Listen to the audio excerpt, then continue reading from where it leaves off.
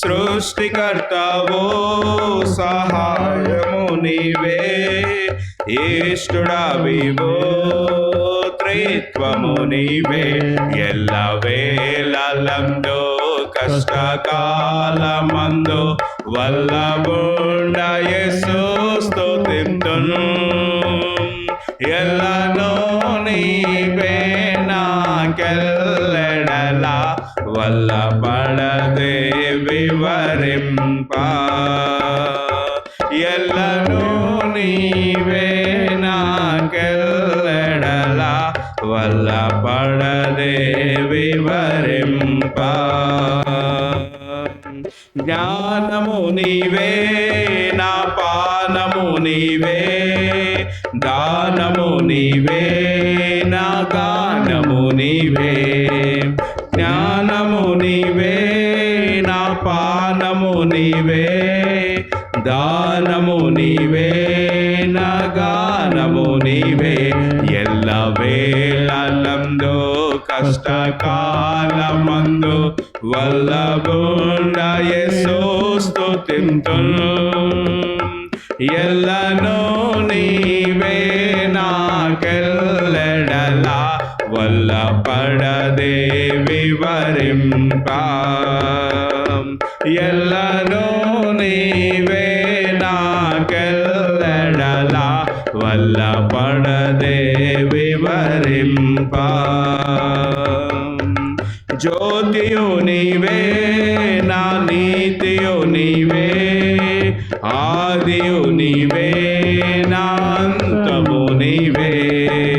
జ్యోతియు నీవే నా నీతియు నీవే, ఆదియు నీవే నా అంతము నీవే. ఎల్ల వేళలందు కష్టకాలమందు వల్లభుండ యేసు స్తుతింతును. ఎల్లను నీవే నాకెల్లెడలా వల్లపడదే వివరింప. ఎల్లను నీవే నాకెల్లెడలా వల్లపడదే వివరింప. నిత్యుడా నీవే నా సాధ్యుడా నీవే, స్తోత్రము నీవే నా నేత్రము నీవే. నిత్యుడా నీవే నా సాధ్యుడా నీవే, స్తోత్రము నీవే నా నేత్రము నీవే. ఎల్ల వేళలందు కష్టకాలమందు వల్లభుండ యేసు స్తుతింతును. ఎల్లను నీవే నాకెల్లెడలా వల్లపడదే వివరింప.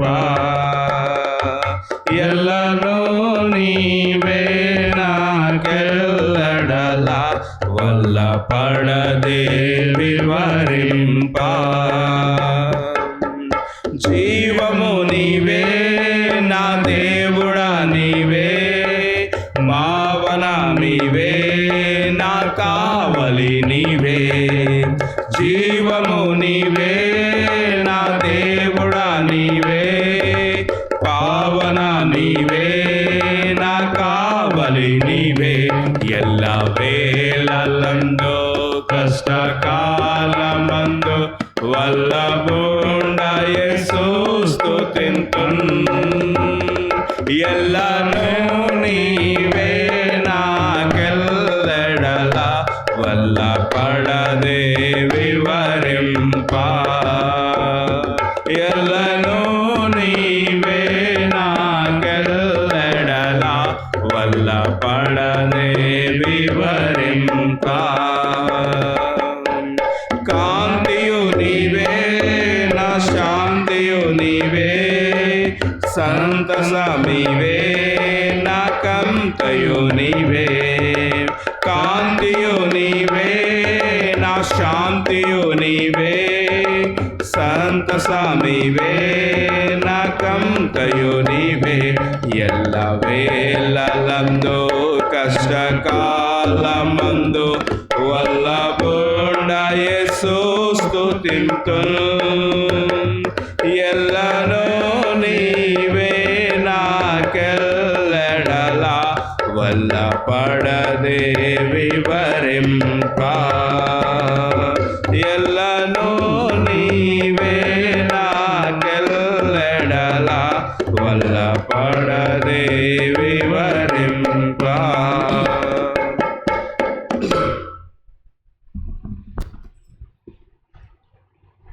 పాట సంఖ్య 486, పాత ప్రతుల్లో 480, 486, 480, 486, 480.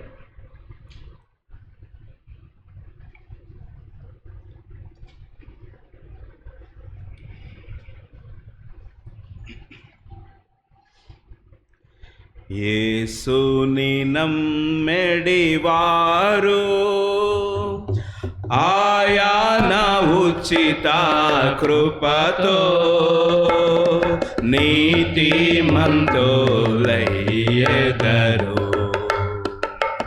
యేసుని నమ్మెడివారు ఖర్జూరపు చెట్టు వలె మోవేయుచుండెదరు.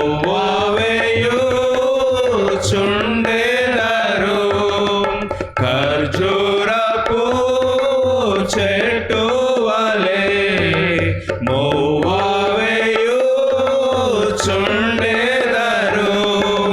ఖర్జూరపు మాటలతో రక్షణకై స్తుతించెదరు. ఖర్జూరపు మాటలతో రక్షణకై స్తుతించెదరు. యేసుని నమ్మెడివారు ఆయన ఉచిత కృపతో నీతిమంతులయ్యెదరు. యేసుని నమ్మెడివారు లెబానోను దేవదారు చెట్టు వలె ఎదుగుదురు. లెబానోను దేవదారు చెట్టు వలె ఎదుగుదురు. ప్రభు కృపా జ్ఞానములో ఎదుగుచునుందురు వారు.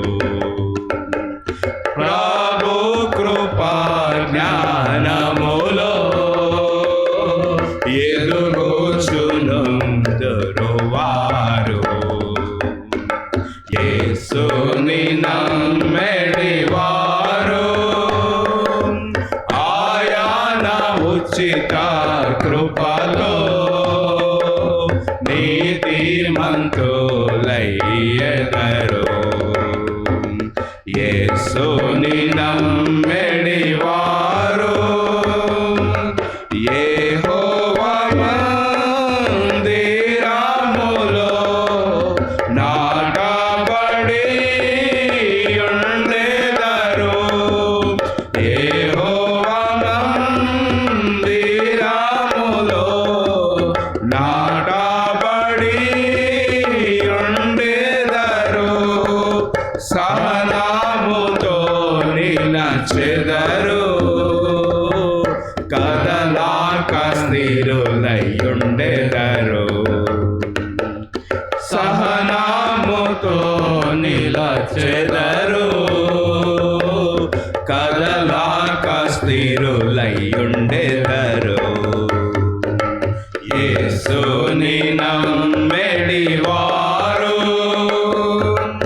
ఆయన ఉచిత కృపతో నీతిమంతులయ్యెదరు. యేసుని నమ్మెడివారు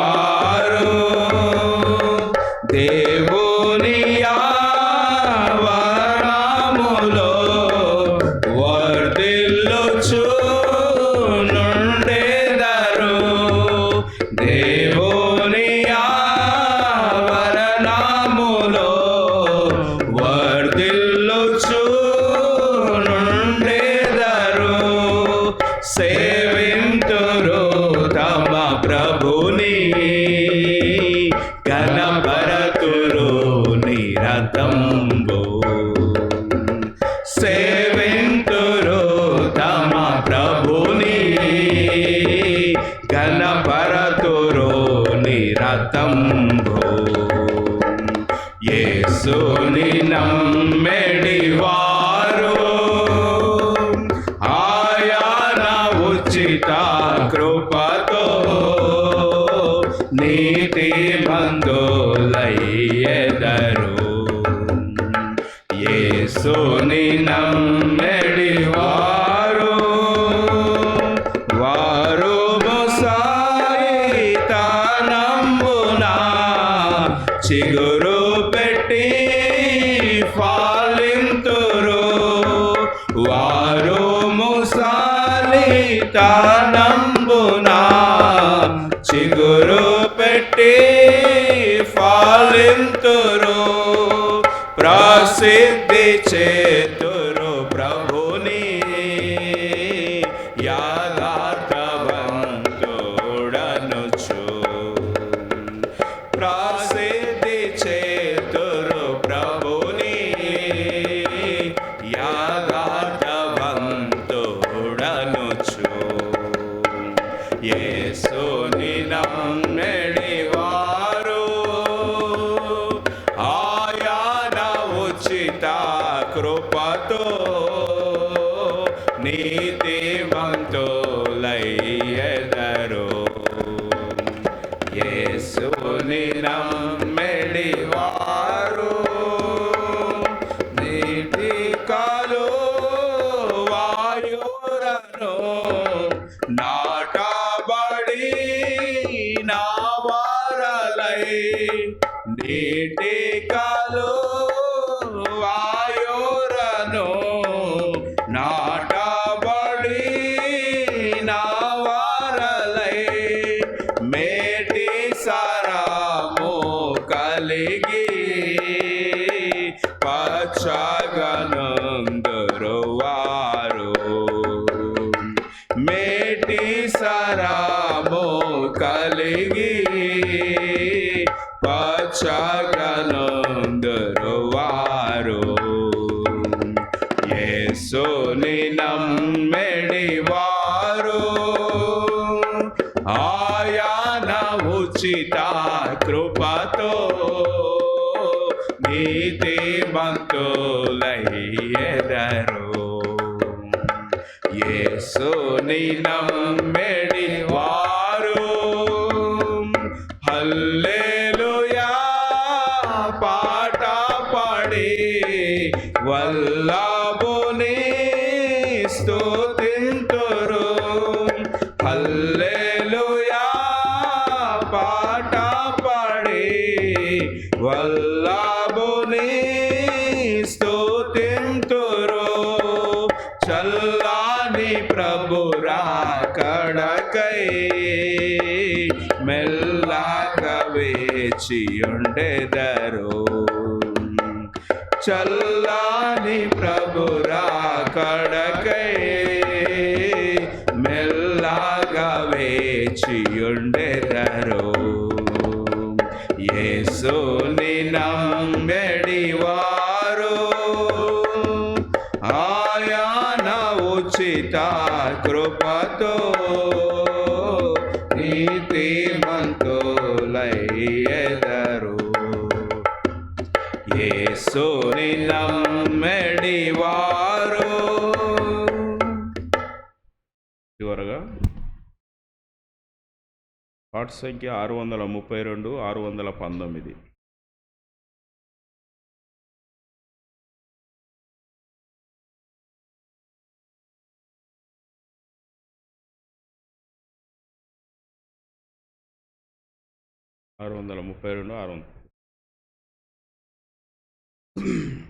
సరే నేర్చుకో.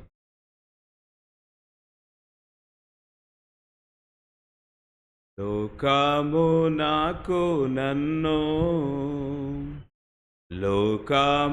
నాకు నన్ను దేవా నా దేవా ఒప్పుగా చేసేతివి అద్భుత దేవా నా దేవా ఒప్పుగా చేసేతివి నరరూపధారి పరలోకవుపై నరరూపధారి పరలోకవుపై ఘోర పాపినైన నన్ను శుద్ధీకరించితివి ఘోర పాపినైన నన్ను శుద్ధీకరించితివి అద్భుత దేవా నా దేవా శుద్ధీకరించితివి అద్భుత దేవా నా దేవా శుద్ధీకరించితివి ఎరికో నీళ్ళ వలె నా జీవం ఎరికో నీళ్ళ వలె నా జీవం మరణ చేదయుండ నీవు రుచిగా మార్చితివి మరణ చేదయుండ నీవు రుచిగా మార్చితివి అద్భుత దేవా నా దేవా రుచిగా మార్చితివి అద్భుత దేవా నా దేవా రుచిగా మార్చితివి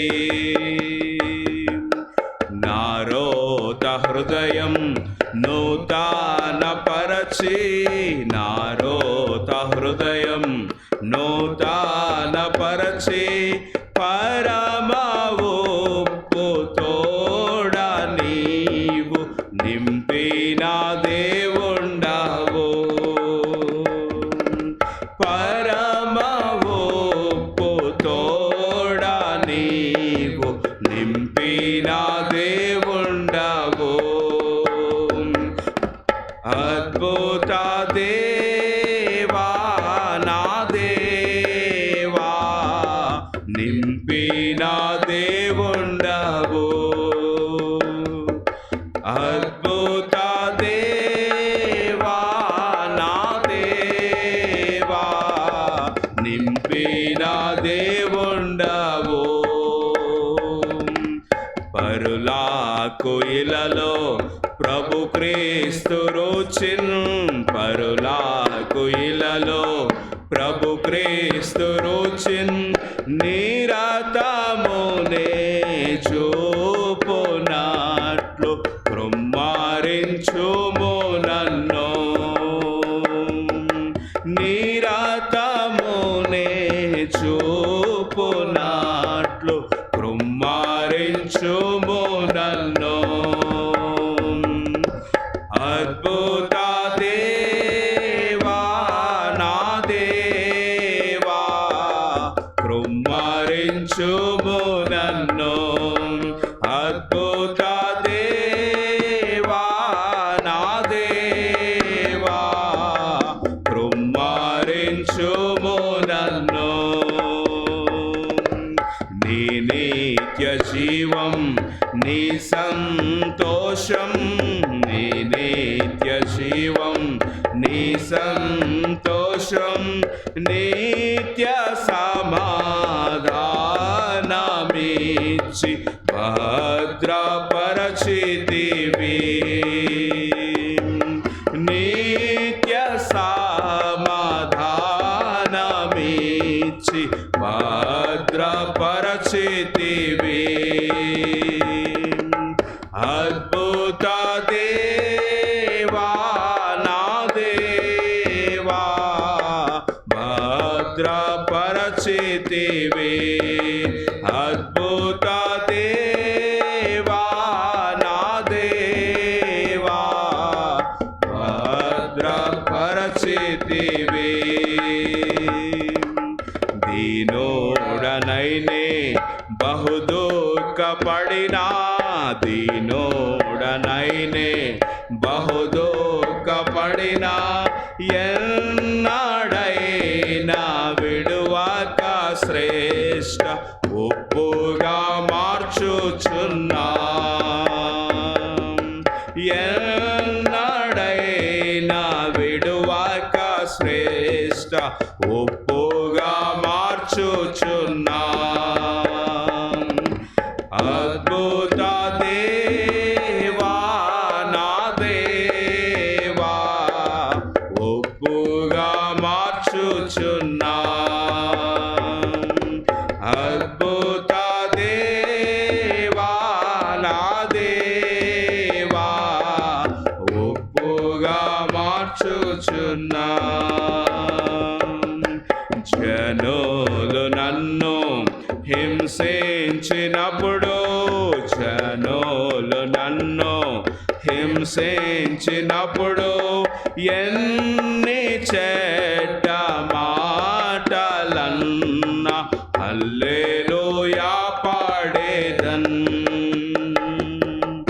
ఎన్ని చెడ్డ మాటలన్న హల్లెలూయా పాడేదన్ అద్భుత దేవా నా దేవా హల్లెలూయా పాడేదన్ అద్భుత దేవా నా దేవా హల్లెలూయా పాడేదన్. బైబిల్ పల్లవి పాడుకుంటాం. గ్రంథ వాగ్దానములని నావి. తెలుగులో మాత్రం పాడుకుంటాం. మీ సొంత బైబిల్ మీ తలకంటే పైకెత్తి చూసినట్లయితే గ్రంథ వాగ్దానములని నావి. గ్రంథ వాగ్దానములన్నీ నావి ప్రతి అధ్యాయము వరుస వచనము తన దివ్య ప్రేమ వాగ్దానంబులు గ్రంథ వాగ్దానంబులన్నీ నావి.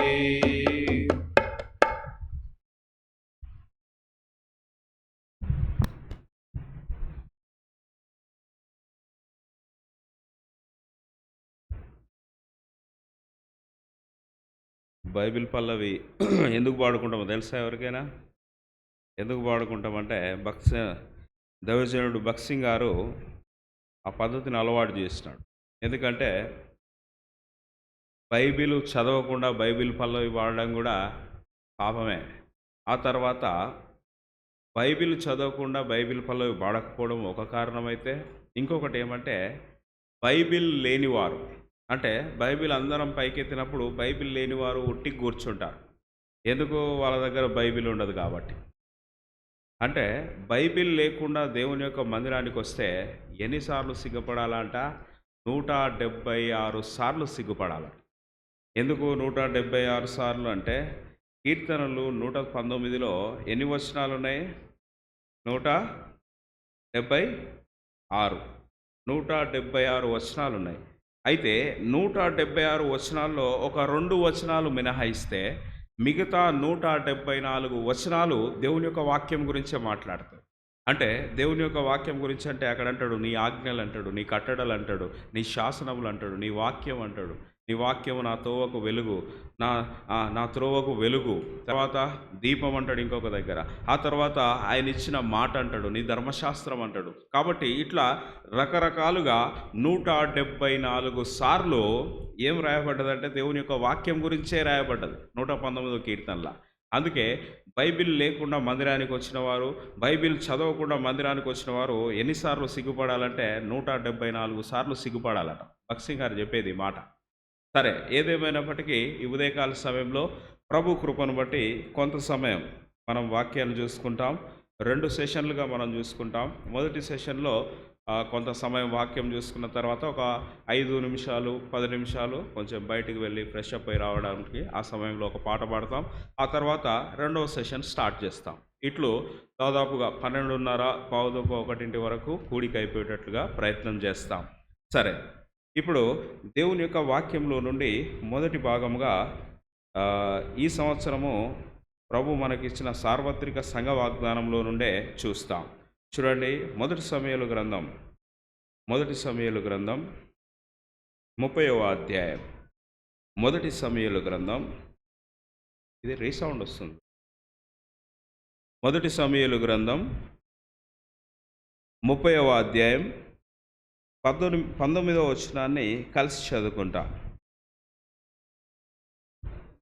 మొదటి సమూయేలు గ్రంథం 30వ అధ్యాయం 19వ వచనాన్ని అందరం కలిసి చదువుకుంటాం. కుమారులేమి, కుమార్తెలేమి, దోపుడు సొమ్మేమి, వారు ఎత్తుకొని పోయిన దానంతటిలో కొద్దిదేమి గొప్పదేమి ఏదియూ తక్కువ కాకుండా దావీదు సమస్తమును రక్షించెను. ఇక్కడ మనము దేవుని యొక్క ఈ సార్వత్రిక సంఘ వాగ్దానంలో దేవుని యొక్క వాక్యంలో చూస్తే దావీదు సమస్తమును సంపాదించుకొనెను అంటే ఇంగ్లీష్లో ఏమని ఉంటుందంటే డేవిడ్ రికవర్డ్ ఆల్. అంటే దావీదు సమస్తాన్ని, అంటే ఏదైతే కోల్పోయినాడో దానంతటిని తిరిగి తెచ్చుకున్నాడు అని అర్థం. అందుకే ఇక్కడ తెలుగులోనికి ట్రాన్స్లేషన్ అయ్యేసరికి ఏమంటున్నారంటే దావీదు సమస్తాన్ని రక్షించెను. అంటే సమస్తాన్ని రక్షించెను అంటే దాని అర్థమైంది, ఏదైతే తన జీవితంలో కోల్పోతూ వచ్చినాడో, ఏదైతే తన జీవితంలో నష్టం చెందుతూ వచ్చినాడో ఆ నష్టాన్ని ఏం చేస్తూ వచ్చినాడంటే సమకూర్చుకుంటూ వచ్చినాడు. సమస్తాన్ని రక్షించినాడు అంటే సమస్తాన్ని కాపాడుకున్నాడు, సమస్తాన్ని పోగొట్టుకున్న దాన్ని, కోల్పోయిన దాన్ని రక్షించుకున్నాడు అంటే దాని అర్థమైంది, దానికంటే ముందు ఏం చేసినాడు, కోల్పోయినాడు, పోగొట్టుకున్నాడు. చాలామంది చాలా సందర్భాల్లో రకరకాలుగా పోగొట్టుకుంటారు. కొంతమంది రైలు బండిలో, రైలు పెట్టెలో ప్రయాణిస్తున్నప్పుడు చెప్పులు పోగొట్టుకుంటారు, కొంతమంది చేతి గడియారాలు పోగొట్టుకుంటారు, కొంతమంది పర్సు పోగొట్టుకుంటారు, కొంతమంది వెంట్రుకలు పోగొట్టుకుంటారు, అంటే వెంట్రుకలు ఊడిపోతూ ఉంటాయి, ఇంకొంతమంది పండ్లు పోగొట్టుకుంటాడు, అంటే పండ్లు రాలిపోతూ ఉంటాయి. రకరకాలుగా ప్రతి మనుష్యుడు ఏదో ఒకటి తన జీవితంలో కోల్పోతూనే ఉంటాడు. ఏదో ఒకటి, కొంతమంది పుస్తకాలు పోగొట్టుకుంటారు, కొంతమంది బైబిల్ పోగొట్టుకుంటారు. ఇట్లా రకరకాలుగా మనిషి ఏదో ఒకటి కోల్పోతూ ఉంటాడు. ఎప్పుడైతే కోల్పోయినప్పటికీ ఏదైతే మన జీవితంలో కోల్పోయినామో, ఏదైతే మన దగ్గర నుంచి పోగొట్టుకున్నామో ఆ వస్తువు తిరిగి మనకు దొరికినప్పుడు ఎంత సంతోషమో. అది పాత చెప్పులైనా సరే, లేకుంటే పాత పర్స్ అయినా సరే, పనికిమాలిన వస్తువు అయినా సరే, మనది మనకు దొరికిందంటే ఎంతో సంతోషం. అట్లు దావీదు కూడా తన జీవితంలో పోగొట్టుకున్న దాన్ని తిరిగి రక్షించుకున్నాడు. తిరిగి రక్షించుకోవడం, పోగొట్టుకోవడం అంటే, పోగొట్టుకున్న దాన్ని తిరిగి తెచ్చుకోవాలంటే దానికి కొంత క్రయం చెల్లించాలి. ఆ తర్వాత ఎందుకు పోగొట్టుకోవాల్సి వచ్చింది అనే విషయాన్ని కూడా మనం చూడాలి. ఎందుకు పోగొట్టుకున్నాడు, ఎందుకు తన జీవితంలో ఇంత నష్టం పొందినాడు అనే సంగతి కూడా మనం చూడాలి. దావీదు జీవితంలో దాదాపుగా 5 అంతల నష్టాలు జరిగినాయి. 5 అంతల నష్టాలు తన జీవితంలో కోల్పోతూ వచ్చినాడు. ఎంతో నష్టం జరిగింది, అయినప్పటికీ ఆ నష్టమంతటినీ తిరిగి సమకూర్చుకున్నాడు. అదే ఈ సంవత్సరం సార్వత్రిక సంఘ వాగ్దానం. అయితే దాని గురించే కొంత సమయం మనం చూసుకుంటాం. ఇప్పుడు మొట్టమొదటి నష్టం, దావీదు జీవితంలో జరిగిన మొట్టమొదటి నష్టాన్ని ఇప్పుడు మనం చూస్తాం. చూడండి, ఇదే మొదటి సమూయేలు గ్రంథం 27వ అధ్యాయం, 28వ అధ్యాయం మొదటి నుంచి 2 వచనాలు కలిసి చదువుకుంటాం. మొదటి 2 వచనాలు కలిసి చదువుకుంటాం. మొదటి సమూయేలు గ్రంథం 28వ అధ్యాయం మొదటి 2 వచనాలు కలిసి చదువుకుంటాం.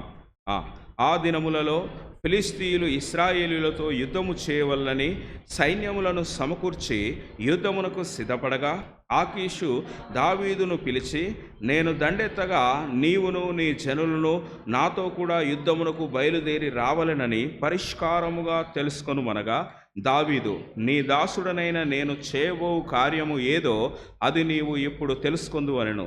అందుకు ఆకీషు, అలాగైతే నిన్ను ఎప్పటికీ నాకు సంరక్షకుడుగా నిర్ణయింతునెను. ఇక్కడ దావీదు యొక్క జీవితంలో మొట్టమొదటిసారిగా అతని యొక్క స్నేహం, అతని యొక్క జీవితం ఎవరితో గడుపుతా ఉన్నారు అంటే ఫిలిస్తీయుల దగ్గరికి పోయినాడు. ఫిలిస్తీయుల దగ్గరికి పోయి ఫిలిస్తీయులతో సహవాసం చేస్తున్నాడు. ఫిలిస్తీయులతో సహవాసం చేస్తూ ఫిలిస్తీయుల రాజైన ఆకీషు దగ్గర బ్రతుకుతా ఉన్నాడు. బ్రతుకుతున్న క్రమంలో ఇప్పుడు ఏం జరిగిందంటే ఫిలిస్తీయుడైన ఆకీష్ ఏం చేయాలనుకుంటే ఇశ్రాయేలు ప్రజలతో యుద్ధం చేయాలనుకున్నాడు. అందుకే ఇక్కడ మనం చూస్తూ వచ్చినాం, సైన్యాన్ని అంతటిని సమకూర్చుకొని ఇశ్రాయేలుతో యుద్ధం చేయాలని యుద్ధం చేసి ఇశ్రాయేలు రాజైన సౌలును ఇశ్రాయేలు ప్రజలందరినీ హతము చేయాలని చెప్పి ఆకీషు రాజు నిర్ణయించుకున్నప్పుడు మరి దావీదెవరు ఆయన కూడా ఒక ఇశ్రాయేలీయుడే. మరి దావీదు కూడా దేవుని చేత అభిషేకం పొందినవాడే, దేవుని యొక్క ఆత్మ కలిగిన వాడే. కానీ ఎవరితో కలిసిపోతా ఉన్నాడు? ఇప్పుడు ఎవరితో కలిసిపోతా ఉన్నాడు? దేవుని ప్రజలకు విరోధి అయిన ఫిలిస్తీయులతో కలిసి ఎవరి మీద యుద్ధానికి పోతా ఉన్నాడు? దేవుని ప్రజల మీదకి యుద్ధానికి పోతా ఉన్నాడు. అంటే ఏం చేస్తా ఉన్నాడు? ఇశ్రాయేలీయుడే, యూదా గోత్రానికి చెందినవాడే, దేవుని చేత ఏర్పరచబడిన వాడే. ఇప్పుడు ఈ మనుషుడు ఏం చేస్తూ ఉన్నాడంటే అన్యులైన ఫిలిస్తీయులతో కలిసి ఇశ్రాయేలు ప్రజల మీదకి యుద్ధానికి పోతా ఉన్నాడు. ఏ ఇశ్రాయేలు జాతికి చెందినవాడో ఆ ఇశ్రాయేలు జాతిని హతం చేయడానికి, ఆ ఇశ్రాయేలు జాతిలో సౌలును హతము చేయడానికి బయలుదేరి వెళ్తా ఉన్నాడు. చూడండి ఏమంటా ఉన్నాడు? 27వ అధ్యాయం మొదటి వచనం. తర్వాత దావీదు ఉమ్, ఉమ్, ఆ, ఆ, ఆ, ఉమ్, చాలు. ఇక్కడ చూస్తే ఆ తర్వాత ఏం చేస్తున్నాడు? తన దగ్గర ఉన్న 600 మందితోటి గాతు రాజైన ఆకీష్ దగ్గరికి వచ్చినాడు.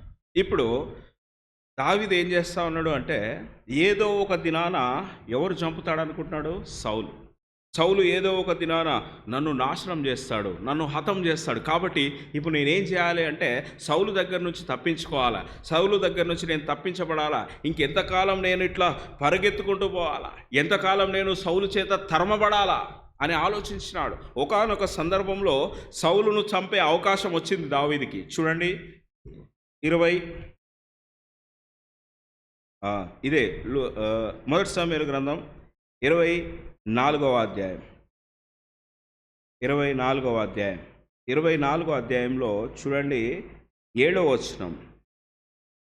ఈ మాటలు చెప్పి దావీదు తన జనులను అడ్డగించి సౌలు మీదికి పోనీయక వారిని ఆపెను. తర్వాత సౌలు లేచి గుహలో నుండి బయలు వెళ్ళి మార్గమున పోయాను. ఏం జరిగింది? సౌలు మీదికి పోవడానికి అంటే దావీదు తన జనులను అడ్డగించినాడు. ఇక్కడ జరిగిన సంఘటన ఏంటంటే దావీదు ఏనిగేది అరణ్యంలో ఉన్నాడని తెలుసుకొని ఆ అరణ్యంలో అతన్ని చంపాలని చెప్పి ఒక గుహలోనికి పోయినాడు. ఆ గుహలోనికి శంకాని వర్తికి పోయినప్పుడు ఆ గుహలోనే ఎవరున్నారు అంటే దావీదును అతని 600 మంది ప్రజలు ఉన్నారు. దాంట్లో దాక్కొని ఉన్నారు. అప్పుడు అక్కడ ఉన్న వాళ్ళు అంటా ఉన్నారు, ఇదే సరైన సమయం, నా ఏలినవాడా వీని చంపేయి, ఇప్పుడే చంపే. చూడండి 8వ వచనంలో అదే అంటాడు. అప్పుడు దావీదు లేచి గుహలో నుండి బయలు వెళ్ళి, చాలు ఆ గుహలో ఉన్నారు, ఆ గుహలో నుండి బయలు వెళ్ళి చంపే అతన్ని అని అంటా ఉన్నాడు. నీకు దొరికినాడు, ఇదే సరైన సమయం, కాబట్టి నువ్వు చంపేయాలి అని చెప్పి ప్రయత్నం చేస్తున్నారు. అక్కడ ఉన్న అతనితో పాటు ఉన్న 600 మంది నీకు శత్రువు ఈయనే కదా, ఈయనే నిన్ను తరుముతున్నాడు కదా, ఈయనను చంపే అంటే వద్దు ఇప్పుడు చంపకూడదు అని చెప్పి అతన్ని చంపలే. ఆ తర్వాత రెండో అవకాశం వచ్చింది. చూడండి ఇదే మొదటి సమూయేలు గ్రంథం 26వ అధ్యాయం. మొదటి సమూయేలు గ్రంథం 26వ అధ్యాయం చదవండి 6వ వచనం 7వ వచనం. అప్పుడు దావీదు సౌలు దగ్గరకు నాతో కూడా ఎవరు వత్తురని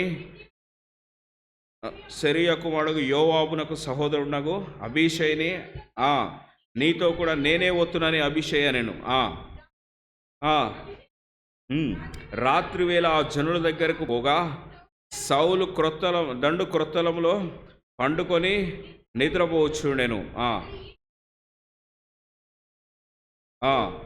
అబ్నేరును జనులను పండుకొని ఉండిరి. చాలు. ఇక్కడ చూస్తే సౌలు దావీదును చంపడం కోసం సైన్యాన్ని తీసుకొని పోయినాడు. సైన్యాన్ని తీసుకొని పోయి సౌలు ఏం చేసినాడంటే దండు క్రొత్తలంలో, అంటే దండు చుట్టంతా ఉంది, మధ్యలో పడుకున్నాడు సౌలు. ఆ తర్వాత అతని దగ్గర ఈటె నాటబడి ఉంది. ఇప్పుడు ఏం చేస్తున్నాడంటే దావీదు అభిషై వీళ్ళిద్దరు పోయినారు, సౌలు దగ్గరికి పోయినారు. సౌలు దగ్గరికి పోయిన తర్వాత ఇక అభిషై అంటా ఉన్నాడు. ఏమంటా ఉన్నాడంటే చూడండి 9వ వచనం, 8వ వచనం. అప్పుడు అభిషై దావీదుతో, దేవుడు ఈ దినమున నీ శత్రువుని నీకు అప్పగించెను, కాబట్టి నీ చిత్తమైతే ఆ ఈటెతో ఒక్క పోటు పొడిచి నేను అతని భూమికి నాటివేతును, ఒక్క దెబ్బతోనే పరిష్కారము చేతుననగా. ఇక్కడ అభిషేక్ అంటా ఉన్నాడు, దావీదు నువ్వు ఒక్కసారి నాకు చెప్పు, నువ్వు ఆజ్ఞ ఇస్తే వెంటనే ఇతని దగ్గరున్న ఆ ఈటతోనే అతని ఒక్క పోటుతోనే చంపి పారేస్తా, ఇక ఒక్క దెబ్బతోనే పరిష్కారం అయిపోతుంది, ఇక నువ్వు రాజు అవుతావు, నువ్వు ప్రశాంతంగా ఉండొచ్చు, నిన్ను చంపడానికి ఎవరు రారు అని చెప్పి అనుకొని ఉండొచ్చు. ప్రయత్నం చేస్తూ ఉన్నాడు చంపడానికి, దావీదు ఆపుతా ఉన్నాడు, వద్దు వద్దు వద్దు అని. ఇప్పుడు ఏం జరిగింది అంటే ఇదే దావీదు 1 సమూయేలు గ్రంథం 27వ అధ్యాయం 1వ వచనానికి వచ్చేసరికి ఇక సౌలు చేత నేను నాశనం అవుతా అని చెప్పి ఫిలిష్తీయుల దగ్గరికి పారిపోయినాడు. ఇప్పుడు ఏం చేస్తుండు, ఫిలిష్తీయుల మీదకి యుద్ధానికి బయలుదేరి వెళ్తా ఉన్నాడు, ఫిలిష్తీయులతో పాటుగా ఇశ్రాయేలు ప్రజలపైకి. అంటే ఏమనుకొని ఉండొచ్చు అంటే ఇంకెన్నిసార్లు నేను సౌలును క్షమించాలా, 2 సార్లు అవకాశం వచ్చింది చంపడానికి, సౌలు చంపడానికి అవకాశం వచ్చినప్పటికీ నేను చంపకుండా వదిలిపెట్టినా ఇంకెంతకాలం ఈ సౌలు నన్ను తరుముతూ ఉంటాడు, ఇంకెంతకాలం ఈ సౌలు నన్ను ఇబ్బంది పెడుతుంటాడు, ప్రాణభయంతో నేను ఎంతకాలం పరిగెత్తుతూ ఉండాలా, ఇంకెంతకాలం నేను ఇట్లా జీవిస్తూ ఉండాలని చెప్పి సౌలు విషయంలో దావీదు కోపపడినట్టుగా మనకు కనిపిస్తూ ఉంది. అందుకే ఈ దినాన ఏం చేస్తా అంటే ఫిలిష్తీయులతో కలిసి వెళ్ళి ఏం చేస్తా, సౌలును ఇశ్రాయేలు ప్రజల్ని హతము చేస్తా. అందుకే 28వ అధ్యాయం 1-2 వచనాల్లో ఏం జరిగింది అంటే ఇప్పుడు బయలుదేరి వెళ్తా ఉన్నాడు ఫిలిష్తీయులతో పాటు. మరి ఈ విషయంలో దేవుని యొక్క చిత్తాన్ని తెలుసుకున్నాడా, దేవుని యొక్క చిత్తం ఏందో ఎరిగినాడా అంటే లేదు. కొన్ని విషయాల్లో దేవుని యొక్క చిత్తాన్ని ఎరిగిన వాడుగా మనం చూస్తాం. చూడండి, ఇదే 1 సమూయేలు గ్రంథంలో ఒకానొక సందర్భంలో కెయీలా ప్రజలు దావీదును అప్పగిస్తారా లేరా అని ప్రభు దగ్గర విచారణ చేసిన వాడుగా ఉంటాడు. 23వ అధ్యాయం 1 సమూయేలు గ్రంథం 23వ అధ్యాయం. ఇక్కడ దేవుని దగ్గర విచారణ చేసిన వ్యక్తిగా మనకు కనబడతా ఉన్నాడు. 11వ వచనం 12వ వచనం చదవండి. కెయీలా జనులు నన్ను అతని చేతికి అప్పగించుదురా, నీ దాసుడైన నాకు వినబడినట్లు సౌలు దిగి వచ్చిన ఇశ్రాయేలు దేవా యెహోవా, దయచేసి నీ దాసుడనైన నాకు దానిని తెలియజేయమని ప్రార్థింపగా అతడు దిగి వచ్చునని యెహోవా సెలవిచ్చెను. ఒకానొక సందర్భంలో కెయీలా ప్రజలను దావీదు కాపాడినాడు.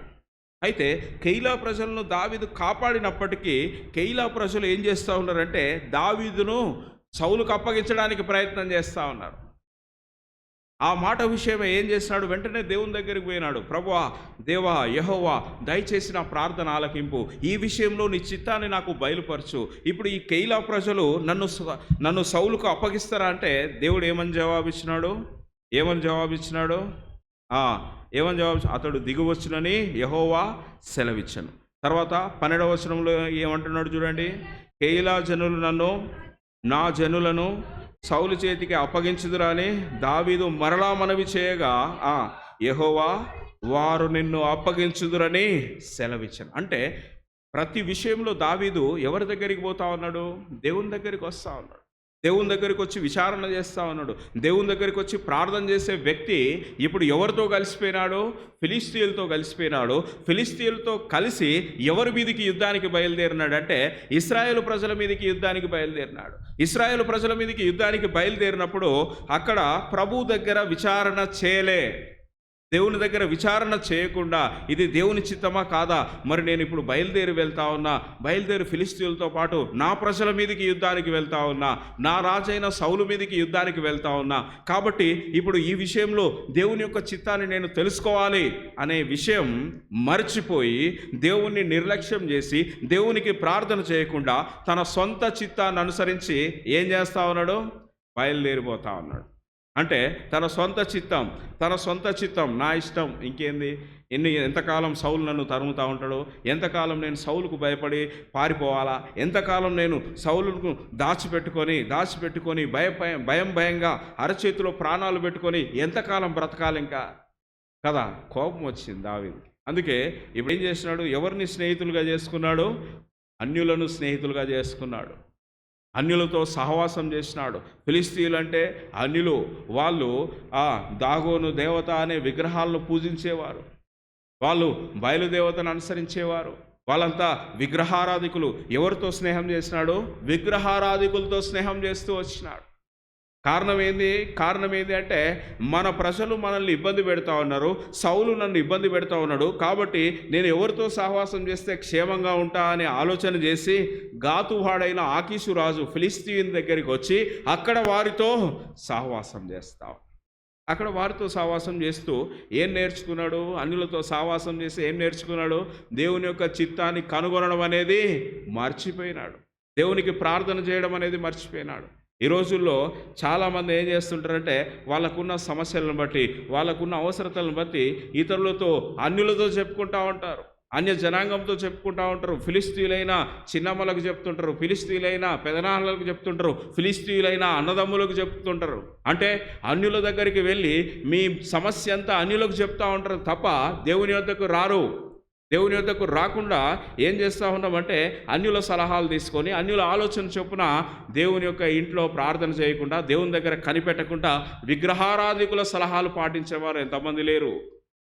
కాబట్టి ఇక్కడ దావీదు ఏం చేస్తున్నాడంటే ఈ విషయంలో ఆయన నష్టం పొందడానికి కారణం ఏంది అంటే దేవుని యొక్క చిత్తాన్ని తెలుసుకోలే, తన ఇష్టానుసారంగా వెళ్ళాడు, తన ఇష్టమైన రీతిలో బయలుదేరి వెళ్ళినాడే తప్ప మరి దేవుడు ఏం మాట్లాడతాడు, దేవుడు ఈ విషయంలో మరి నేను ప్రమాదంలో ఉన్నప్పుడు, నేను ప్రాణాపాయ స్థితిలో ఉన్నప్పుడు ప్రభు దగ్గర నేను ప్రార్థన చేస్తే జవాబు వచ్చింది కదా, మరి ఇప్పుడు దేవుని ప్రజల మీదకి యుద్ధానికి వెళ్తున్నా, మరి ఈ విషయంలో దేవుడు ఏం సెలవిస్తాడనే విషయాన్ని అడగాలి కదా. మరి అడగలే. ఫిలిస్తీయులతో కలిసి అన్యులతో కలిసి దేవుని ప్రజల మీదకి యుద్ధానికి బయలుదేరినాడు. దేవుని ప్రజల మీదకి యుద్ధానికి బయలుదేరితే ఏం జరిగింది చూడండి. మొదటి సమూయేలు గ్రంథం 30వ అధ్యాయం. మొదటి సమూయేలు గ్రంథం 30వ అధ్యాయం. 30వ అధ్యాయంలో చదవండి మొదటి 2 వచనాలు. దావీదును అతని జనులను 3వ దినమందు సిక్లగునకు వచ్చిరి. అంతలో అమాలేకీయులు దండెత్తి దక్షిణ దేశం మీదను సిక్లగు మీదను పడి కొట్టి దానిని తగులబెట్టి గనులనేమి అల్పులనేమి అందులోనున్న ఆడువారునందరినీ చెరపట్టుకొని చంపగా వారిని తీసుకొని వెళ్ళిపోయి యొండిరి. తర్వాత 3వ వచనం కూడా చదవండి. దావీదును అతని జనులను పట్టణమునకు వచ్చి అది కాల్చబడి ఉండుటయు, తమ భార్యలను తమ కుమారులను కుమార్తెలను చెరలోనికి కొనిపోబడి ఉండుటయు చూచి. చాలు. ఇక్కడ చూస్తే ఏం జరిగింది అంటే ఎప్పుడైతే ఈయన అన్యులతో కలిసి ఫిలిస్తీయులతో కలిసి ఇశ్రాయేలు ప్రజల మీదకి యుద్ధానికి పోయినాడో దేవుడు ఊరుకుంటాడా? ఏం చేసినాడో, ఎవరిని పంపించినాడో? అమాలేకీయులను పంపించినాడు. అమాలేకీయులు వచ్చినారు. దావీదు నివసిస్తున్న గ్రామం సిక్లగులో ఏం జరిగింది అంటే ఆ అమాలేకీయులు వచ్చి దాన్ని దోచుకొని స్త్రీలను, అంటే దావీదు యొక్క భార్యలతో సహా దావీదు యొక్క కుమారులను కుమార్తెలను, అంతేకాకుండా ఎవరైతే ఆయన దగ్గరికి వచ్చి చేరి ఉన్నారో, ఏ 600 మంది ఆయన దగ్గరికి వచ్చినారో వాళ్ళు, తర్వాత వాళ్ళ యొక్క పిల్లలు, వాళ్ళ ఆస్తులు కూడా దోచుకొనబడ్డాయి. దోచుకున్న తర్వాత ఏం చేసినారు, ఇక అంతా దోచుకున్నాంలే, ఇక దీంతో మనకేం పనిలే అని చెప్పి వదిలిపెట్టి పోలే. ఏం చేశారు, దాని పట్టణాన్ని కాల్చివేసినారు. అంటే ఇంత నష్టానికి కారణం ఏంది అంటే దేవుని యొక్క చిత్తాన్ని తెలుసుకోకపోవడమే. దేవుని యొక్క చిత్తాన్ని తెలుసుకోకుండా ఏం చేసినాడంటే తన సొంత చిత్తం మీద వెళ్ళిపోయినాడు. చాలామంది ఈ రోజుల్లో తమ సొంత చిత్తం మీద వెళ్ళిపోతూ ఉంటారు. ఒకానొక సందర్భంలో ఒక ఆయన విశ్వాసే, ఆయన దగ్గర డబ్బులు ఉన్నాయట. డబ్బులుంటే ఏం జరిగిందంటే నేను ఈరోజు సంతకు వెళ్ళి ఆవును కొనాలనుకుంటున్నానా అన్నాడట. సంతకు వెళ్ళి ఆవులు కొనాలనుకుంటున్నానంటే దేవుడు అన్నాడంట, ఏమన్నాడంటే మరి దేవుని చిత్తం తెలుసుకున్నావా అన్నాడట. దేవుని చిత్తం తెలుసుకోవడం ఏముందనా, డబ్బులు నా దగ్గరే ఉన్నాయి, ఆవును కొనే డబ్బంతా నా దగ్గరే ఉంది. కాబట్టి మరి డబ్బు నా దగ్గర ఉన్నప్పుడు దేవుని చిత్తం తెలుసుకోవడం ఎందుకు, అవసరమేంది అన్నాడట. అంటే సరే అన్న, మరి దేవుని చిత్తం తెలుసుకోవడం ముఖ్యము, సరే అది మీ ఇష్టం అని చెప్పి సేవకుడు అన్నాడు, వెళ్ళిపోయినాడు. ఈయన మరునాడు ఏం చేస్తున్నాడంటే ఆటోలో బయలుదేరి వెళ్తా ఉన్నాడు. దేవుని చిత్తం ఎందుకు కనుక్కునేది, డబ్బులు నా దగ్గర ఉన్నాక అని చెప్పి వెళ్తుంటే దారిలో దొంగలు వచ్చినారు. దొంగలు వచ్చి వీడిని కొట్టి వీని దగ్గర ఉన్న ఆవును కొనడానికి వెళ్ళిన ఆ డబ్బులన్నీ తీసుకొని వెళ్ళిపోయినారు. అంటే దాని అర్థమైంది, నీ దగ్గర డబ్బు ఉండొచ్చు, నీ దగ్గర అంత ఉండొచ్చు, కానీ ఎవరి చిత్తం కావాలా, దేవుని చిత్తం కావాలా. నా జీవితంలో నేను కూడా చాలాసార్లు నష్టపోయినా. కారణం ఏంటంటే దేవుని చిత్తము సరైన విధానంలో తెలుసుకోకుండా కొన్నిసార్లు లక్షలు నష్టపోయినా, కొన్నిసార్లు వేలు నష్టపోయినా. అయినప్పటికీ ప్రభు తన మహాకృపచేత మరల దాన్ని తిరిగి సంపాదించుకోవడానికి ప్రభు తన కృపను చూపిస్తూ వచ్చినాడు. అందును బట్టి ప్రభువుకు నేను ఎప్పటికీ రుణస్తున్నే. నేను నష్టపోయినప్పటికీ ప్రభు దగ్గరికి వచ్చి, ప్రభు మరి ఇది నాది తప్పు, నేను చేసింది పాపమే, నీ చిత్తం కనుక్కోకుండా నేను చేసిన కారణాన దాదాపుగా 2 లక్షలు నష్టపోయినా. మరలా ఆ సొత్తు అంతటిని తిరిగి సమకూర్చిండు దేవుడు. అసలు అది వస్తుంది అనే ఆ నమ్మకము, ఆ ఆశ కూడా నాలో లేకుండా పోయింది. ఆ సమయంలో ప్రభు కనికరిస్తూ వచ్చినాడు. ఎందుకు చెప్తున్నా ఇదంటే, మన దగ్గర డబ్బు ఉండొచ్చు, అంత ఉండొచ్చు, కానీ ప్రభు యొక్క చిత్తం తెలుసుకోకుండా ఇష్టానుసారంగా వెళ్ళామంటే నష్టపోతాం. ఖచ్చితంగా ప్రభు చిత్తాన్ని తెలుసుకోవాల్సిందే, ప్రభు దగ్గర ప్రార్థన చేయాల్సిందే, అది చిన్నదైనా పెద్దదైనా. భక్సింగ్ గారు కటింగ్ చేయించుకోవాలనుకున్నాడు. కటింగ్ చేయించుకోవాలని అనుకున్నప్పుడు ఏం జరిగిందంటే, ప్రభు దగ్గర ప్రార్థన చేసిండు. ప్రభు దగ్గర కటింగ్ చేసుకోవడానికి కూడా ప్రభు దగ్గర ప్రార్థన చేయాలా? మనం చేస్తామా? చేయం. కానీ ఆయన ప్రార్థన చేస్తున్నాడు. ప్రార్థన చేస్తే ప్రభు అన్నాడు, ఈరోజు వద్దు అన్నాడు. మరలా తెల్లారి మళ్ళీ ప్రార్థన చేసిండు. మరలా ప్రార్థన చేస్తే ఈరోజు కూడా వద్దు అన్నాడు. సరే ప్రభు, మరి మీ ఇష్టం అని చెప్పి మరి 3వ నాడు ప్రార్థన చేస్తే ఈ దినం వెళ్ళు అన్నాడు. ఈ దినం వెళ్తే ఆ కటింగ్ చేసే ఆ షాప్ అతని పేరు బ్రూస్లీ. ఆ బ్రూస్లీ అంటా ఉన్నాడు, అయ్యా మీరు ఈ దినాన మీరు రావడం చాలా సంతోషం. ఎందుకంటే ఎప్పుడు ఆ షాపు ఫుల్ బిజీగా ఉంటుంది, అంటే ఖాళీ ఉండదు అసలు. ఆ రోజు చాలా ఖాళీగా ఉంది. ఖాళీగా ఉన్నప్పుడు బ్రూస్లీ కటింగ్ చేయడం మొదలుపెట్టిండు భక్సింగ్ గారికి కటింగ్ చేయడం మొదలుపెట్టినప్పుడు బ్రూస్లీ, నువ్వు తిరిగి జన్మించినావా అని అడిగినాడు. తిరిగి జన్మించడం అంటే ఏంటి సార్ అని అడిగినాడు. అడిగితే అప్పుడు ప్రభు అయిన యేసుక్రీస్తుని గురించిన రక్షణ సువార్త ఆ బ్రూస్లీకి చెప్పినాడు.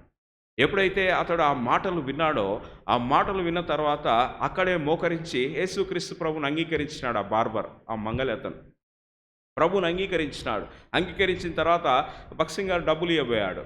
ఆ డబ్బులు తీసుకున్నంటే, వద్దండి, దీనికంటే విలువైన స్వార్థ, దీనికంటే విలువైన రక్షణ మార్గం మీరు నాకు చూపించినారు, కాబట్టి నాకు డబ్బులు అవసరంలే అన్నాడు. అంటే ఎందుకు ప్రభు 2 రోజులు ఆపినాడంటే, ఒక ఆత్మను రక్షించడం కోసం భక్సింగ్ గారిని 2 రోజులు ఆపినాడు. అంటే దైవజనుడు ప్రతి విషయంలో, అది చిన్నదే కానీ పెద్దదే కానీ, టూత్ బ్రషా, సబ్బు కొనుక్కోవాలన్నా లేకుంటే పేస్ట్ కొనుక్కోవాలన్నా, దేనికైనా ప్రభు చిత్తాన్ని ఎరిగినవాడు. ఒకానొక సందర్భంలో తన జీవితంలో ఆయన చెప్తూ అంటాడు, నా జీవితంలో ఇప్పటి వరకు ప్రభు దగ్గర నుండి సమాధానము రాలేని ప్రశ్న అనేది నా జీవితంలో లేదని అంటాడు. దాదాపుగా నేను ఎన్నిసార్లు ప్రభు దగ్గర ప్రార్థన చేశానో, ప్రతి సమస్యకు, ప్రతి ప్రశ్నకు నేను ప్రభు దగ్గర నుంచి జవాబు పొందిన అంటాడు దైవజనుడు భక్సింగ్ గారు. అయితే ఈ దినాల్లో మనం ఏం చేస్తూ ఉన్నామంటే, డబ్బు ఉంది, తర్వాత మనకు కావాల్సినంత ఆస్తులు అంతస్తులు ఉన్నాయి, కాబట్టి ప్రభు చిత్తం ఎందుకు అని మన ఇష్టానుసారంగా జీవిస్తూ ఉన్నాం. అది చాలా మంచిది కాదు. దావీదు యొక్క జీవితంలో ఇంత గొప్ప నష్టం జరగడానికి తన భార్యలు చెరపట్టబడ్డారు, తన కుమారులు చెరపట్టబడ్డారు, తనతో పాటున్న 600 మంది వాళ్ళ పిల్లలు కూడా చెరపట్టబడ్డారు. ఎంత నష్టం జరిగింది.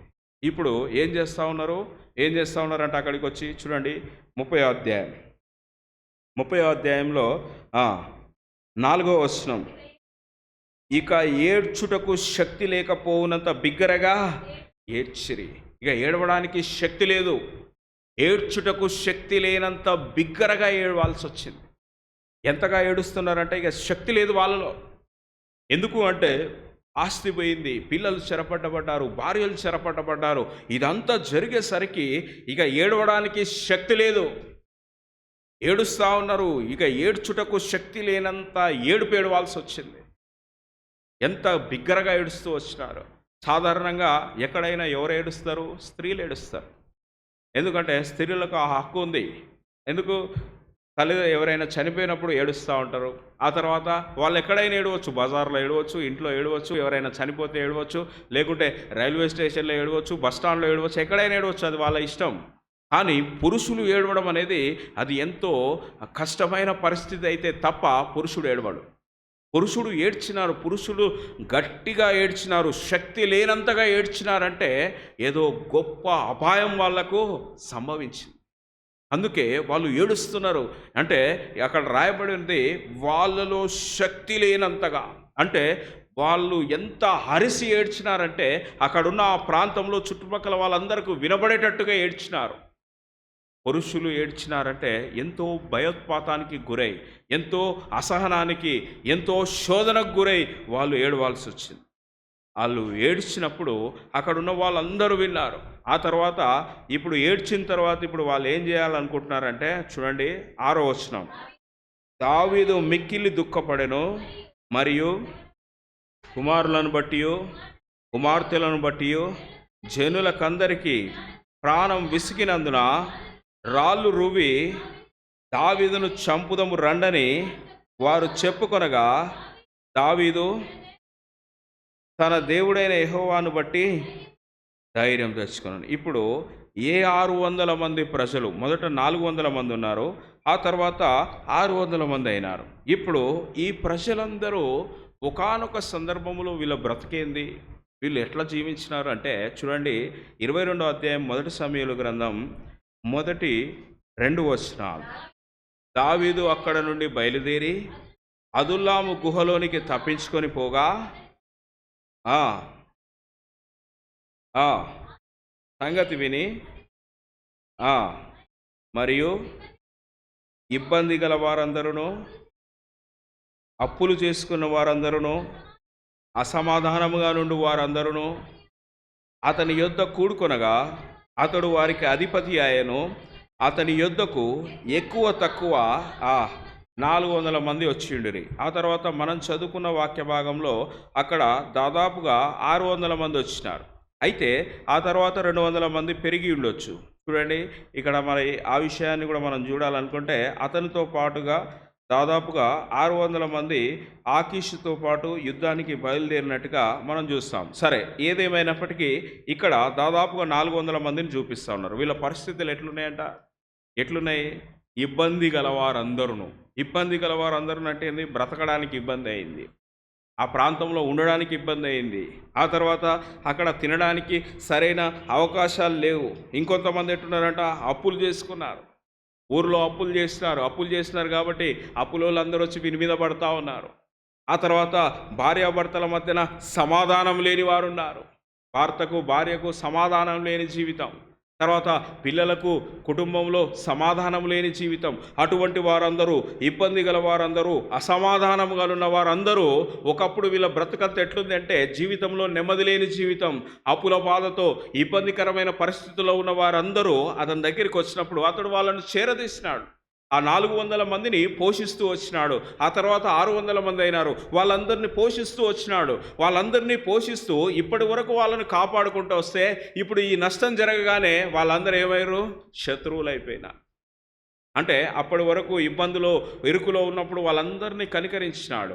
వీళ్ళు నా సహోదరులు కదా, నా వాళ్ళే కదా అని చెప్పి వీళ్ళందరినీ కనికరిస్తే ఇప్పుడు వాళ్ళు ఏం చేసినారు? ఒకప్పుడు దావీదు వెంట ఉండి దావీదు కోసం మేము ప్రాణమైనా ఇస్తాం, దావీదు కోసం ఎంతైనా చేస్తామని అన్నవాళ్ళు ఇప్పుడు ఏం చేస్తారు? దావీదునే చంపాలనుకుంటున్నారు.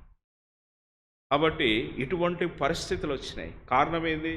దేవుని యొక్క చిత్తాన్ని తెలుసుకోకపోవడం. ఫిలిష్తీయుల మీదకి బయలుదేరి వెళ్తా ఉన్నాడు, కానీ దేవుని యొక్క చిత్తాన్ని తెలుసుకోలే. ఆ తర్వాత ఇప్పుడు ఏం చేస్తున్నాడు? వాళ్ళందరూ ఇక దావీదును రాళ్ళు రువి చంపాలని అనుకున్నప్పుడు ఎవరిని బట్టి ధైర్యం తెచ్చుకున్నాడు? దేవుని బట్టి, తన దేవుడైన యెహోవాను బట్టి ధైర్యం తెచ్చుకున్నాడు. అంతవరకు దేవుని దగ్గరికి రాలా. ఎప్పుడైతే ఈ గొప్ప నష్టం సంభవించిందో అప్పుడు ప్రభు దగ్గరికి వచ్చినాడు. ప్రభు దగ్గరికి వచ్చి ఇప్పుడు ఏఫోదు తీసుకొని వచ్చినాడు. ప్రభు దగ్గర ప్రార్థన చేస్తూ ఉన్నాడు. చూడండి 30వ అధ్యాయం 30వ అధ్యాయం 7-8 వచనాలు. పిమ్మట దావీదు ఉమ్, ఉమ్, ఉమ్. ఏఫోదును దావీదు వద్దకు తీసుకొని వచ్చెను. నేను ఈ దండును తరిమిన ఎడల యెహోవా యొద్ద దావీదు విచారణ చేయగా, యెహోవా తరుము, నిశ్చయముగా నీవు వారిని కలుసుకొని తప్పక నీ వారందరినీ దక్కించుకొందు అని సెలవిచ్చను. దేవుడు సెలవిస్తూ వచ్చినాడు. దావీదు ప్రభు దగ్గరికి వచ్చినాడు. ఇక దేవుని బట్టి ధైర్యం తెచ్చుకున్నాడు. అక్కడ ఉన్న వాళ్ళందరూ చంపాలనుకుంటున్నారు. అక్కడ ఉన్న వాళ్ళందరూ రాళ్లతోటి ఇప్పుడే దావీదును చంపేస్తే ఓ పని అయిపోతుంది అనుకున్నారు. అటువంటి పరిస్థితుల్లో, అటువంటి భయంకరమైన పరిస్థితుల్లో ఎవరిని బట్టి ధైర్యం తెచ్చుకున్నాడంటే దేవుణ్ణి బట్టి ధైర్యం తెచ్చుకున్నాడు. దేవుని బట్టి ధైర్యం తెచ్చుకొని ఇప్పుడు అబ్యాతారుతో చెప్తా ఉన్నాడు, అబ్యాతారు ఏఫోదు తీసుకొని రా, ప్రభు దగ్గర మనం విచారణ చేద్దాం, ప్రభు దగ్గర ప్రార్థన చేద్దామని ప్రభు దగ్గరికి వచ్చినప్పుడు అప్పుడు ప్రభు మాట్లాడుతూ వచ్చినాడు. మాట్లాడుతూ వచ్చి ఏమంటా ఉన్నాడంటే, నీవు వారిని తరుము, తప్పక నీ వారిని అందరినీ నీవు దక్కించుకుంటావు. అప్పుడు బయలుదేరి వెళ్ళి అక్కడి నుంచి బయలుదేరి వెళ్తుంటే ఒకడు కనబడ్డాడు. పొలంలో ఒక ఐగుప్తీయుడు కనబడ్డాడు. ఆ ఐగుప్తీయుడు ఏం చేసినాడంటే వీళ్ళకి ఆ మార్గాన్ని చూపిస్తూ వచ్చినాడు. ఆ ఐగుప్తీయుని పరిస్థితి ఎట్లుందంట చూడండి. 11వ వచనం. పొలంలో ఒక ఐగుప్తీయుడి కనబడెను, తోడుకొని వచ్చి 3 రాత్రింబగళ్ళు అన్నపానములు ఏమీ పుచ్చుకొనక ఉండగా చదవండి. తెలుసుకొని వానికి భోజనము పెట్టి దాహం ఇచ్చి అంజూర పడలోని ముక్కను 2 ద్రాక్ష గెలను వానికి ఇచ్చిరి. ఇక్కడ ఒకడు ఏం చేస్తున్నాడంటే, ఐగుప్తీయుడు పొలంలో పడి ఉన్నాడు. వాడు పొలంలో పడి ఉండడానికి కారణం ఏంది అంటే, ఆ ఐగుప్తీయుడు అమాలేకీయుడైన ఒకనికి దాసునిగా ఉన్నాడు. అమాలేకీయుడైన ఒకనికి దాసుడుగా ఉన్నప్పుడు ఏం జరిగిందంటే, ఈ అమాలేకీయుడైన ఈ యజమానుడు ఏం చేస్తున్నాడంటే, వీడు కాయిలా పడ్డాడంటే బాగలేకుండా అయిపోయింది, నడవలేకపోతా ఉన్నాడు. యజమానుతో పాటు రాలేకపోతా ఉంటే ఏమన్నాడంటే, వీడు నాకు ఉపయోగం లేడు, వీని వల్ల నాకు ఏ ఉపయోగం లేదు, కాబట్టి ఈ ఉపయోగం లేని వాడిని తీసుకొని వచ్చి నేనేం చేయాలని చెప్పి ఆ ఐగుప్తిని అక్కడనే విడిచిపెట్టి, నువ్వు చస్తే చావు, బతికితే బతుకురా అని చెప్పి వాడిని విడిచిపెట్టి తన త్రోవను తాను వెళ్ళిపోయినాడు. ఇప్పుడు ఏ ఐగుప్తీయుడైతే అమాలేకీయునికి పనికి రాలేదో, ఈ అమాలేకీయుడు వీని వల్ల నాకు ఏ ఉపయోగం లేదు అనుకున్నాడో, ఆ ఐగుప్తీయుడు ఇప్పుడు ఎవరికి ఉపయోగపడుతున్నాడంటే దావీదుకు ఉపయోగపడుతున్నాడు.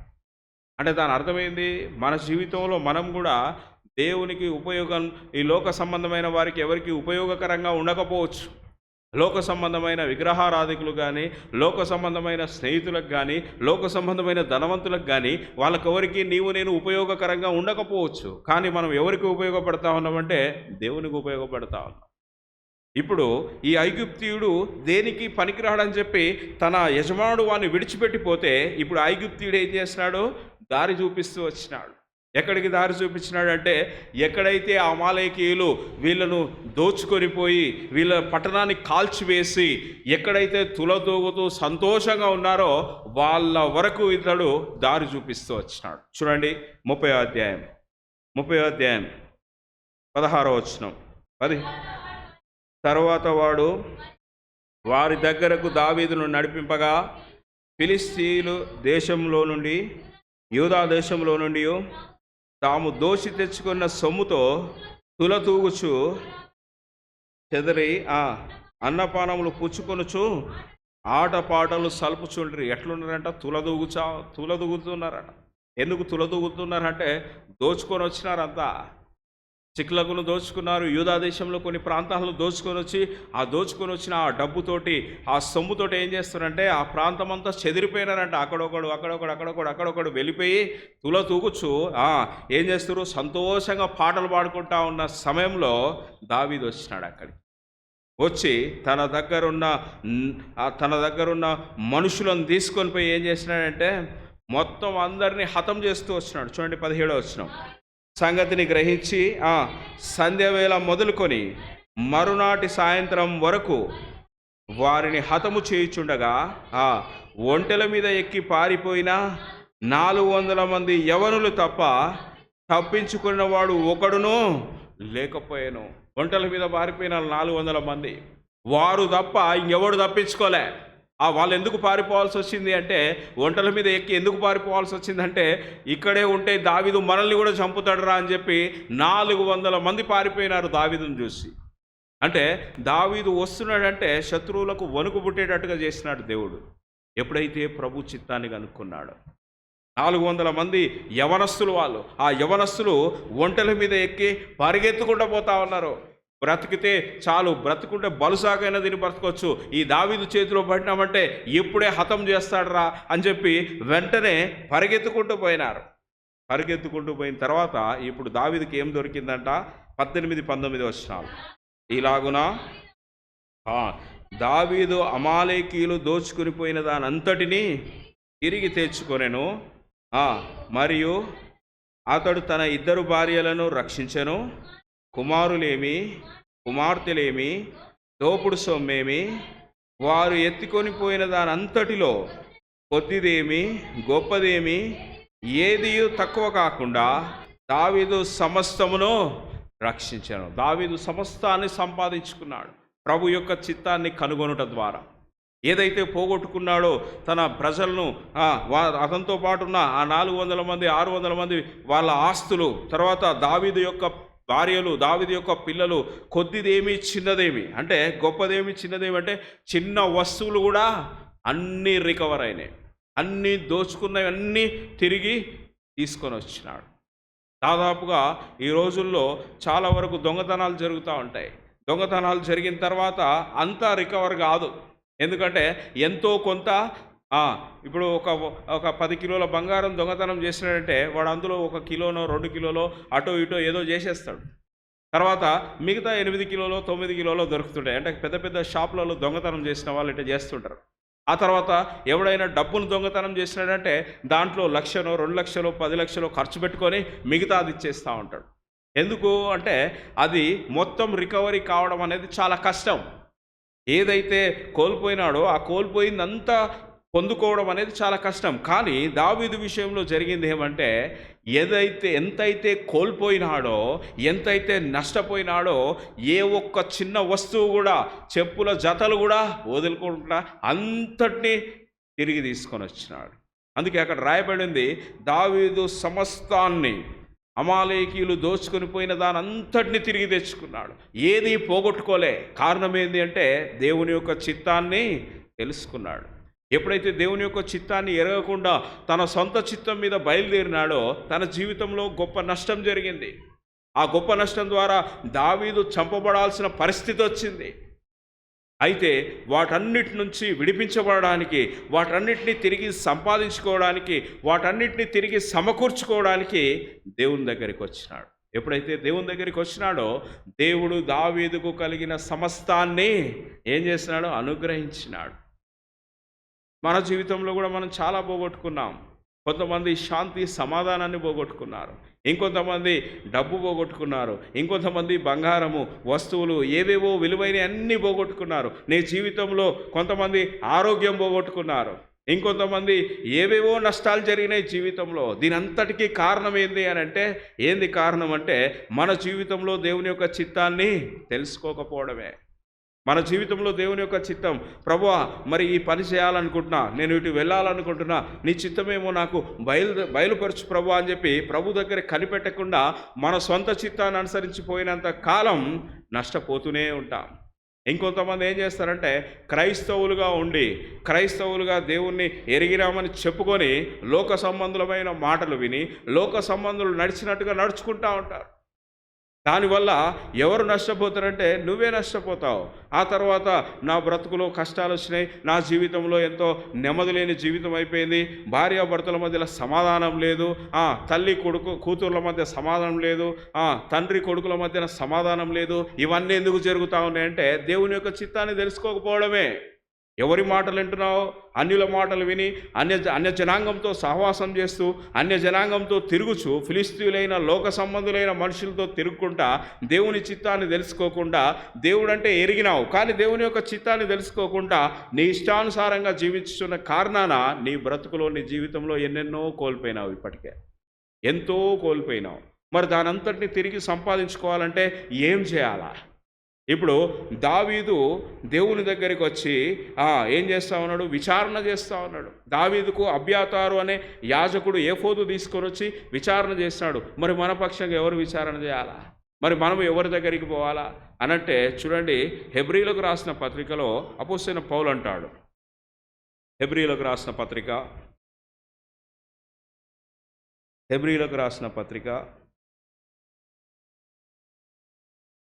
7వ అధ్యాయం,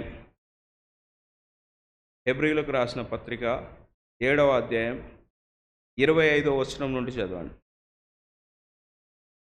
ఈయన తన ద్వారా దేవుని యొద్దకు వచ్చువారి పక్షమున విజ్ఞాపనము చేయుటకు నిరంతరము జీవించుచున్నాడు గనుక వారిని సంపూర్ణంగా రక్షించుటకు శక్తివంతుడై ఉన్నాడు. పవిత్రుడును నిర్దోషియు నిష్కల్మషుడును పాపులలో చేరక ప్రత్యేకముగా ఉన్నవాడును ఆకాశ మండలము కంటే మిక్కిలి హెచ్చైన వాడునైనా ఇట్టి ప్రధాన యాజకుడు మనకు సరిపోయినవాడు. ఎవరు ఈ ప్రధాన యాజకుడు? ఎవరు? యేసుక్రీస్తు ప్రభు అండి. యేసుక్రీస్తు ప్రభు మనకు సరిపోయినవాడు. ఈ ప్రధాన యాజకుడు మన పక్షముగా విజ్ఞాపన చేసేవాడు, ఆకాశ మండలము కంటే హెచ్చైన వాడు, ఆ తర్వాత పవిత్రుడు, నిర్దోషి, నిష్కల్మషముడు, ఆ పాపులలో చేరక ప్రత్యేకముగా ఉన్నవాడు. అటువంటి ప్రధాన యాజకుడు మనకు సరిపోయినవాడు. అంటే ఏదైతే మన జీవితంలో కోల్పోయినామో ఆ కోల్పోయిన దానంతటిని ఇప్పుడు ఎవరిలో సమకూర్చుకోవచ్చు మనం అంటే యేసుక్రీస్తు ప్రభువులో సమకూర్చుకోవచ్చు. యేసుక్రీస్తు ప్రభు దగ్గరికి వచ్చినప్పుడు, ప్రభువా మరి ఇంతకాలం నా బ్రతుకులో ఫిలిస్తీన్ల దగ్గరికి వెళ్ళినా, హిందువుల దగ్గరికి వెళ్ళినా, అన్యుల దగ్గరికి వెళ్ళి నా జీవితాన్ని నష్టం చేసుకున్నా, ప్రభువా ఈ దినాన నీ దగ్గరికి వస్తా ఉన్నా, నీ పాద సన్నిధికి వస్తున్నా. ఈ దినము నుండి నీ చిత్తాన్ని తెలుసుకుంటూ నీ కొరకు నమ్మకంగా జీవిస్తూ నీ ప్రజలతో సహవాసం కలిగి నీ ప్రజలైన వారితోనే ప్రార్థించుటకు నాకు సహాయం చేయని చెప్పి ప్రధాన యాజకుడైన యేసుక్రీస్తు ప్రభు దగ్గరికి నీవు నేను వస్తే ఆయన ఏం చేస్తాడంట? మన పక్షముగా తండ్రి అయిన దేవునికి విజ్ఞాపనం చేసి మనల్ని అంగీకరించేవాడుగా ఉంటాడు. ఆ జీవితం నీకు కావాలనా? నీ జీవితంలో ఇప్పటి వరకు ఎంతో నష్టపోయినావు. డబ్బు నష్టపోవచ్చు, ఆరోగ్యం నష్టపోవచ్చు, శాంతి సమాధానం లేని జీవితం. ఈ దినాన నీకు అవన్నీ మరలా తిరిగి రావాలి అని అంటే యేసుక్రీస్తు ప్రభు తప్ప నీకెవడూ సహాయం చేయరు. లోక సంబంధమైన అన్యులు నీకు ఏదో చెప్తా ఉంటారు, మాటలు చెప్తా ఉంటారు, అంతే తప్ప నీ దగ్గరికి వచ్చి ఎవడు నీకు సహాయం చేయడు. నీకు సహాయం చేసేవాడు, నీ జీవితంలో నెమ్మది ఇచ్చేవాడు, నీకు శాంతి సమాధానం ఇచ్చేవాడు యేసుక్రీస్తు ప్రభువు ఒక్కడే. ఆయన దగ్గరికి వస్తే నీవు నేను శాంతి సమాధానం కలిగి ఉంటాం. అట్లు ప్రభు యొక్క చిత్తాన్ని ఎరిగిన వారమై దావీదు వలె మన జీవితంలో ఏదైతే నష్టపోయినామో దానంతటినీ తిరిగి తెచ్చుకొనుటకు ప్రభు మనకు సహాయపడునుగాక. ప్రభు తన వాక్యము దీవించునుగాక. ప్రార్థన చేసుకుంటాం. మోకరించండి. మీ జీవితంలో ఇంకా ప్రభు చిత్తాన్ని ఎరగకుండా నీ ఇష్టానుసారమైన జీవితం జీవిస్తే ఇప్పటికే ఎంతో నష్టపోయినావు. ఆ నష్టాన్ని తిరిగి యేసుక్రీస్తులో ఈ దినాన సమకూర్చుకోవాలి. ఆ నష్టాన్ని యేసుక్రీస్తు ప్రభులో ఈ దినాన సమకూర్చుకోవాలి. ప్రభు దగ్గర ఒక తీర్మానం చేయి. ప్రభువా, నేను నా ఆరోగ్యాన్ని పాడు చేసుకున్నా, నా డబ్బుని వృధా చేసుకున్నా, నా సమయాన్ని వృధా చేసుకున్నా, అన్య జనాంగంతో కలిసి ఫిలిస్తీయులైన అన్యులతో కలిసి నాకు ఆపద వచ్చినప్పుడు నేను అన్యుల దగ్గరికి పోయినాను తప్ప నీ దగ్గరికి రాలే. ప్రభువా, ఈ దినాన నీ పాద సన్నిధికి వస్తుంటున్నా. నన్ను సంపూర్ణంగా కనికరించు, నన్ను సంపూర్ణంగా రక్షించు, నన్ను సంపూర్ణంగా నీ చిత్త ప్రకారంగా జీవించినట్లుగా మీరే నాకు సహాయం చేయండి అని ప్రభు దగ్గర ఒక తీర్మానం చేయి. మీ కొరకు ప్రార్థన చేస్తాను.